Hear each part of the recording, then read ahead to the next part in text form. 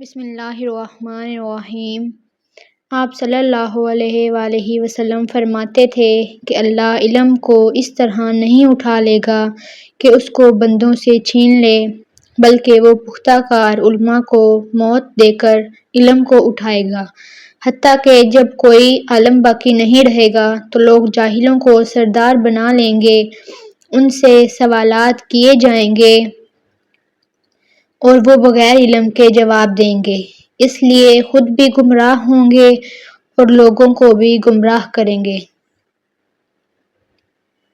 صحیح بخاری حدیث نمبر 100۔ عورتوں نے رسول اللہ صلی اللہ علیہ وآلہ وسلم سے کہا کہ آپ صلی اللہ علیہ وآلہ وسلم سے فائدہ اٹھانے میں مرد ہم سے آگے بڑھ گئے ہیں، اس لیے آپ اپنی طرف سے ہمارے وعظ کے لیے بھی کوئی دن خاص فرما دیں۔ تو آپ صلی اللہ علیہ وآلہ وسلم نے ان سے ایک دن کا وعدہ فرما لیا۔ اس دن عورتوں سے آپ نے ملاقات کی اور انہیں وعظ فرمایا اور مناسب احکام سنائے۔ جو کچھ آپ صلی اللہ علیہ وآلہ وسلم نے ان سے فرمایا تھا، اس میں یہ بات بھی تھی کہ جو کوئی عورت تم سے اپنے 3 لڑکے آگے بھیج دے گی، اس کے لیے دوزخ سے پناہ بن جائیں گے۔ اس پر ایک عورت نے کہا اگر 2 بچے بھیج دے؟ آپ نے فرمایا ہاں، اور 2 کا بھی یہی حکم ہے۔ صحیح بخاری حدیث نمبر 101۔ آپ صلی اللہ علیہ وآلہ وسلم نے فرمایا ایسے 3 بچے جو ابھی بلوغت کو نہ پہنچے ہوں۔ صحیح بخاری حدیث نمبر 102۔ رسول اللہ صلی اللہ علیہ وآلہ وسلم کی بیوی حضرت عائشہ رضی اللہ عنہا جب کوئی ایسی باتیں سنتیں جس کو سمجھ نہ پاتیں تو دوبارہ اس کو معلوم کرتیں تاکہ سمجھ لیں۔ چنانچہ ایک مرتبہ نبی کریم صلی اللہ علیہ وآلہ وسلم نے فرمایا کہ جس سے حساب لیا گیا اسے عذاب کیا جائے گا۔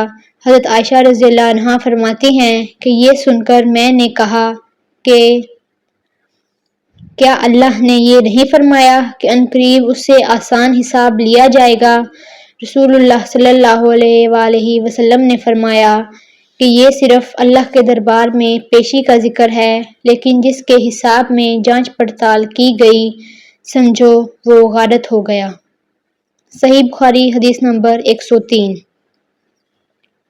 آپ صلی اللہ علیہ وآلہ وسلم نے پہلے اللہ کی حمد و ثنا بیان کی، پھر فرمایا کہ مکہ کو اللہ نے حرام کیا ہے، آدمیوں نے حرام نہیں کیا، تو سن لو کہ کسی شخص کے لیے جو اللہ پر اور یوم آخرت پر ایمان رکھتا ہو جائز نہیں ہے کہ مکہ میں خون ریزی کرے یا اس کا کوئی پیڑ کاٹے۔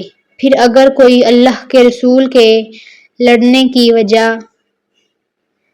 سے اس کا جواز نکالے تو اس سے کہہ دو اللہ نے اپنے رسول صلی اللہ علیہ وآلہ وسلم کے لیے اجازت دی تھی، تمہارے لیے نہیں۔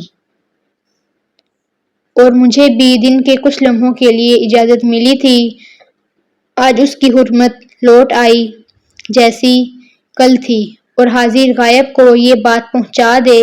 یہ حدیث سننے کے بعد راوی حدیث ابو شریح سے پوچھا گیا کہ آپ کو یہ بات سن کر عمرو نے کیا جواب دیا؟ کہا یوں کہ اے ابو شریح، حدیث کو میں تم سے زیادہ جانتا ہوں، مگر حرم مکہ کسی خطا کار کو یا خون کر کے اور فتنہ پھیلا کر بھاگ آنے والے کو پناہ نہیں دیتا۔ صحیح بخاری حدیث نمبر 104۔